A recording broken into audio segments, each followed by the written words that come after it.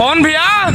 आज छोट मुंह से कुछ बड़ बात कही जाई। आज पूरा भोजपुरिया समाज और एगो सच्चा और बहुत ही अच्छा भोजपुरी के सुने और समझे वाला के तरफ से आज तोहरा से एगो बहुत ही विशेष आग्रह बा कि भैया भले ही तू पूरा साल केहू का लिखल गाना गावो, लेकिन रीजनल सॉन्ग जैसे होली, चैत, नवरात्र, छठ और सावन में ढेर ना तो कम से कम एक गाना विनय बिहारी, मनोज मतलबी और गोविंद विद्यार्थी जैसे पुरान और भोजपुरी के बढ़िया से समझे वाला गीतकार के गाना जरूर गावो।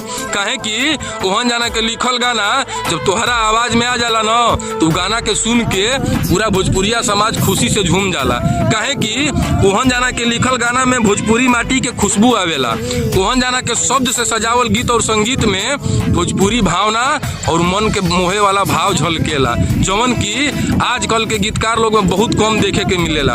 अब जैसे काल तोहर सावन के पहला कांवर भजन गीत आइल बा, गाना तो ठीक ठाक ही बा, लेकिन माफ करिए भैया उ गाना में सावन और तोहार वाला फील नहीं खे आवत। उ गाना तोहार लेवल के मैच ही नहीं खे करत। भैया तू भोजपुरी के गौरव हुआ, भोजपुरी में तोके सरस्वती पुत्र कहल जाला और पूरा दुनिया के मंच पर भोजपुरी भाषा और भोजपुरी गीत संगीत के तू प्रस्तुत करेला।